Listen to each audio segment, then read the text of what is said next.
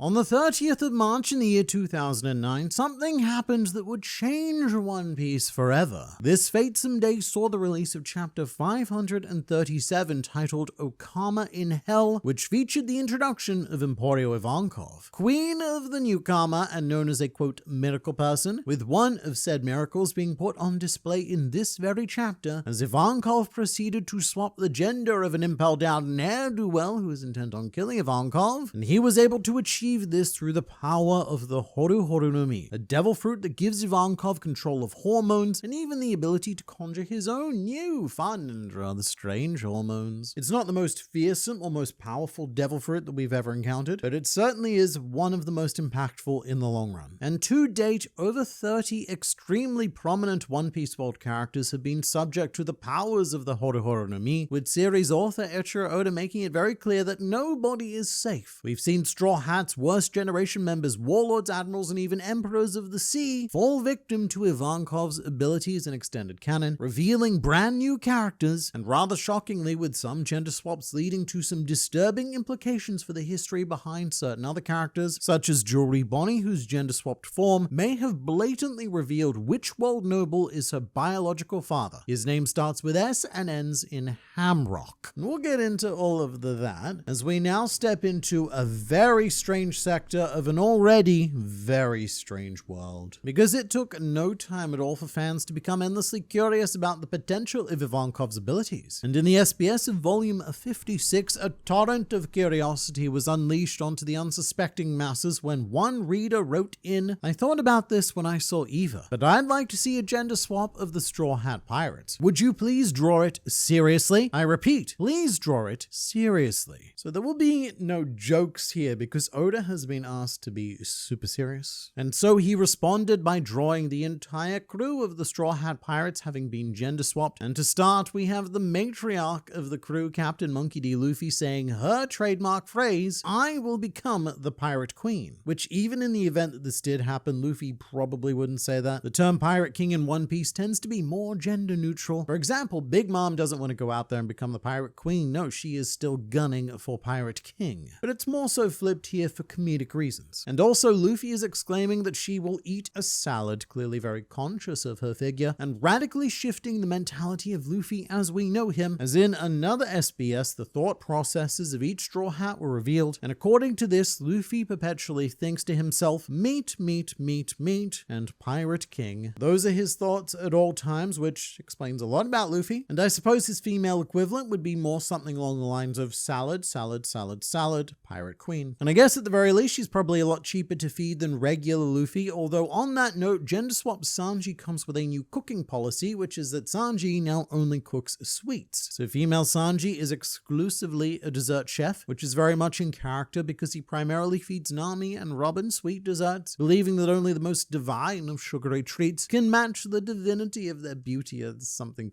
along those lines. Female Sanji, however, seems to be a lot more narcissistic. Instead of simping over beautiful women, Sanji is now more absorbed with him or herself, very much like a Kuja Empress. Although I would say that the Straw Hat who undergoes the biggest character shift would have to be Zoro, who is no longer a user of three-sword style. Female Zoro refuses to use three swords because she is afraid that it will lead to chipping a tooth, so female Zoro is restricted to two-sword style, unless this Zoro wants to take up the fan art proposal of how a four-sword style Zoro would function. And I would say that female Zoro is going to have a rough time of achieving Kuina's dream. However, we're also going to meet female Mihawk in a bit, and as it turns out, the criteria for world's strongest swordsman appears to have changed radically under these special conditions. But for now, it's also fair to say that Nami's changed quite a bit under these conditions as well, now sporting a permanently determined Luffy-esque glare, and powerfully stating, "Who the heck is the navigator of this ship?" which is something very consistent with our existing Nami. Longtime viewers will know that I've always gone out of my way to point out that while Luffy is the captain on land, Nami is the captain at sea. Luffy chooses the direction they set sail, but Nami is the supreme authority of the Straw Hats on water. It is interesting though, because she pretty much just has Luffy's face, and for that matter, Luffy has Nami's face. And I think that makes a lot of sense because Luffy and Nami were two of the first designed characters of Oda, even pre-One Piece, and they tend to serve as his basic male and female design templates. Although when it comes to gender swapped Robin, she seems to take more after Zoro, inheriting his rather aggressive massive face as well as incredibly broad shoulders, and this Robin is getting ready to fight after someone has said something awful. The way that Robin speaks is also distinctly more harsh. Our current Robin tends to choose her words in quite a refined manner, but this Robin speaks more like someone who was raised brawling on the streets, which would be more akin to Frankie's history in One Piece, although post Ivankov, Frankie actually becomes more like Robin, throwing away his trademark sharp sunglasses and adopting Robin's more stylish all-purpose fashion lenses. This Frankie also presents as much less perverted and weird in general, but apart from that, not a huge amount has changed, because Frankie is still referring to herself as feeling particularly super this week, and that is what I appreciate about Frankie in general. No matter what happens, Frankie is endlessly optimistic and always eager to gas himself up, even when no one else will, in fact, especially when no one else will. And there are 3 more Straw Hats, although they see quite limited change. Usopp becomes a rather stunning beauty that I never could have comprehended. However, this Usopp still suffers from every crippling sickness in the fictional medicine book. In this particular case, it's the "I'll die if I set foot on that island" disease, something that not even a female Chopper can cure, because she still keeps forgetting that she even is a doctor. And I have to say, Chopper really doesn't look all that different, and I think that's because Chopper's default design is already intended to maximize that mascot cuteness, so there's really not much that Oda can do to enhance that. However, the Straw Hat who changes the least in this situation is Brook, who is still a skeleton and isn't saying anything at all, because in his state of life, gender is a pretty meaningless concept. If I had to guess, I would say that this Brook becomes something of an underwear enthusiast and has this endless collection of weird lingerie, and maybe flips the standard gag with this Brook asking other people if they want to see his panties. And you may also notice that there is no Jinbei included with the Straw Hats here, and that's because he wasn't a Straw Hat when this SBS question was asked. In fact, he was still about 10 years away from officially joining the crew, but do not worry because he or she shows up elsewhere. But because this was the first time that Oda had been asked to do something like this, the Straw Hats ended up being a bit more bland than future requests would be. A lot of them were straight up feminine flips on existing catchphrases and such, but this would not be the case going forward. It would take a little bit for this trend to resurface, but following the time skip, curiosity for the abilities of Ivankov were renewed, and a request was made in volume 72 to see the gender-swapped versions of all of the Worst Generation members. And this right here might be one of my favorite things that Oda has ever done, because he put a lot more effort into this one than he did the Straw Hats. To start with, we have an entity that I refer to as Capone Gang Babe, who is saying that her troop strength and her cosmetics are beyond compare, which I find interesting only because the character that Oda's drawn here doesn't look all that heavily made up at all. But flipping beige is a pretty big deal though, because being a father is the core of his character. And I can imagine that if you take all of that and add Ivankov's meddling into the mix, then you would end up with some pretty hilarious results, like Beige's trademark big father ability becoming a big mother ability, and so during Whole Cake Island you would have this big mom versus big mother face-off. And we do have an improvement on at least one Worst Generation member. I've conducted this poll annually since the channel began, but Scratchman Apu is constantly ranked as by far viewers' least favorite member of the Worst Generation. We don't need to get into why that is in this video, but Scratch Women Apu presents a fascinating upgrade, still doing all of the up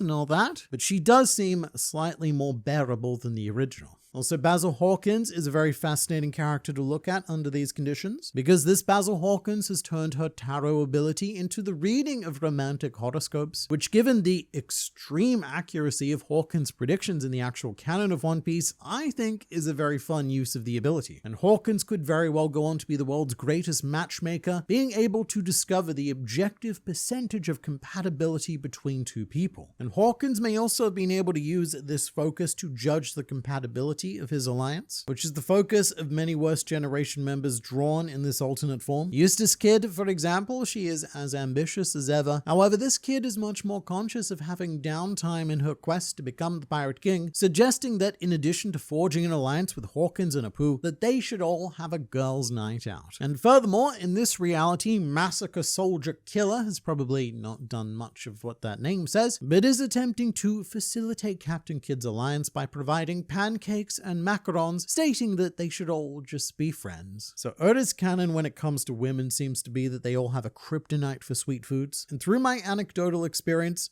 I honestly can't say that he's wrong. But his vision for the world also seems a lot more peaceful, as the original alliance between Kid, Hawkins, and Apu, that was quite cutthroat, and I can't help but think that if they were all the women on this page, then none of this would have happened and they would have become the best of friends. Which is actually why Oda makes the majority of his characters male. It's his belief that the sort of conflict that creates interesting stories can only develop under the unique passion of men, and it's also why he tends to remove mothers from the lives of any relevant characters, because Oda believes that it is very difficult to write a grand adventure of a boy with his mother supervising him. However, our young boy in the case of the worst generation would be Jewelry Bonnie, who here is still 12 years old, and instead of pizza, her favorite food is now donburi, which is a rice bowl with a variety of toppings. But this Bonnie right here, we've mentioned it before. This image caused quite a stir when her backstory was revealed, because Bonnie's mother Ginny was abducted and impregnated by a currently unknown world noble, and given that this male Bonnie looks exactly like Shanks, it is now one of the major pieces of evidence to suggest that Figurlin Shamrock, brother of Figurlin Shanks, may be the biological father of Bonnie, or even in a very dark scenario, Figurlin Garland could be her father. There's a lot more to it than that, much more evidence than just a glorified joke in an SBS segment, but this is One Piece and jokes have a habit of becoming real, such as with Trafalgar.